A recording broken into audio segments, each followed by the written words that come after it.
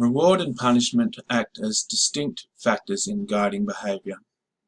A paper published in Cognition in 2015.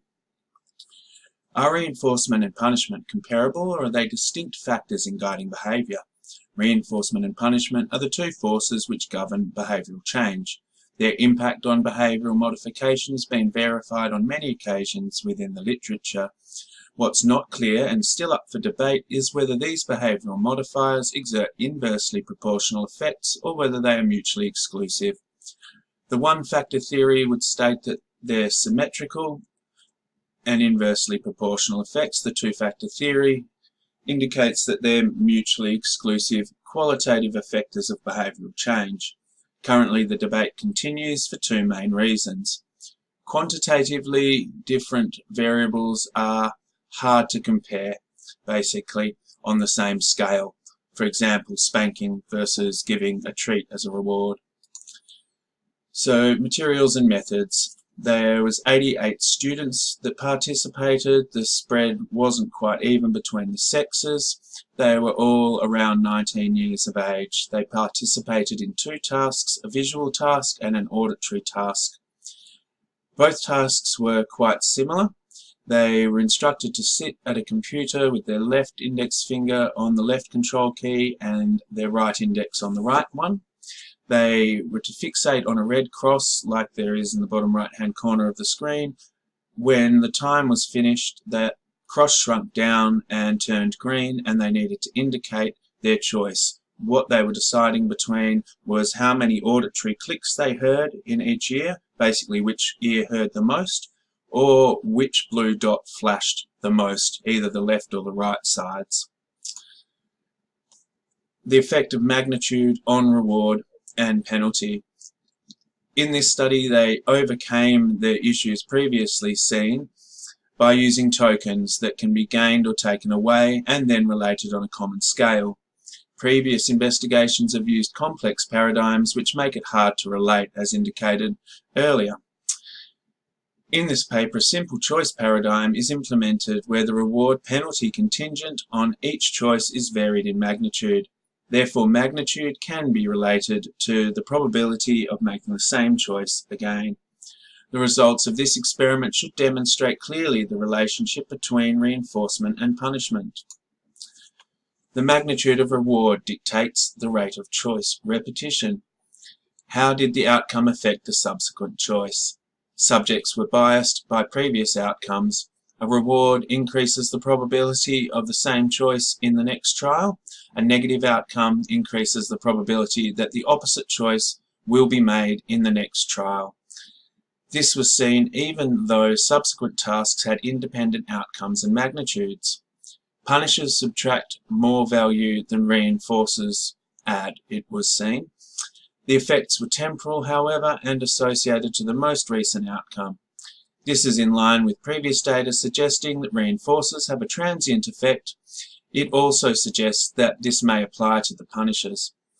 The main aim here was to determine how reward-penalty magnitude impacted choice. The higher the gain, the more likely the previous choice will be repeated, as can be seen in the slope on the blue graph on the right-hand side of your screen. The bottom left graph, the red one, indicates how the punishers reacted to magnitude, and we'll discuss that in a second. So in contrast, penalties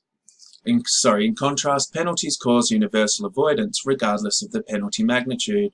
The greater the loss did not alter the likelihood of avoidance in the subsequent trial. The magnitude of gain had a strong effect on choice behaviour. The magnitude of loss had no effect.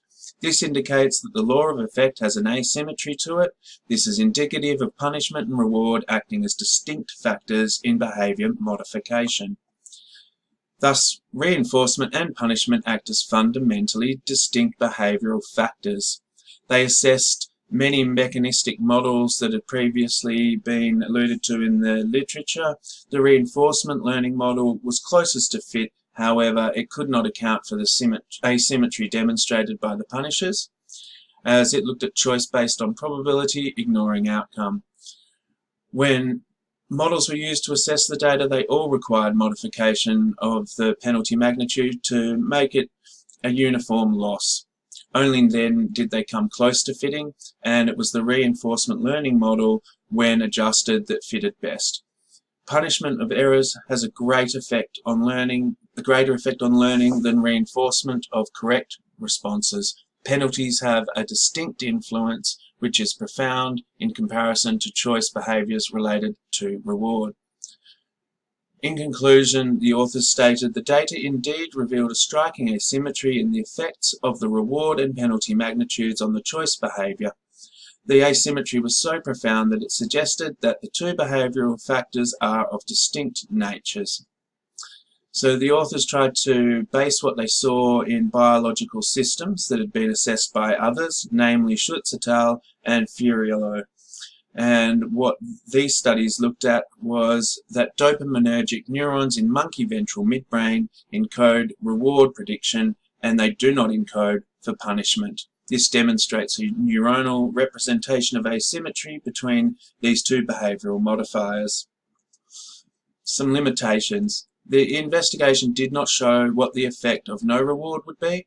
Also, they might wish to investigate the slope of the line with more resolution at the zero reward point when they investigate this further, and then they will be able to assess the disconnect between these two behavioural modifiers with more clarity. It would also be advantageous to investigate the effects of the subjects their subjects' choices if they actually received real monetary gains or losses. It was also unclear how the control worked in this experiment, as it was simply referenced and in the form of an algorithm in MATLAB. Now, this, I guess, made it so that they couldn't randomly assign people to the control and to the study group. So I'm not quite sure how this impacts on the validity of the study. Thank you very much.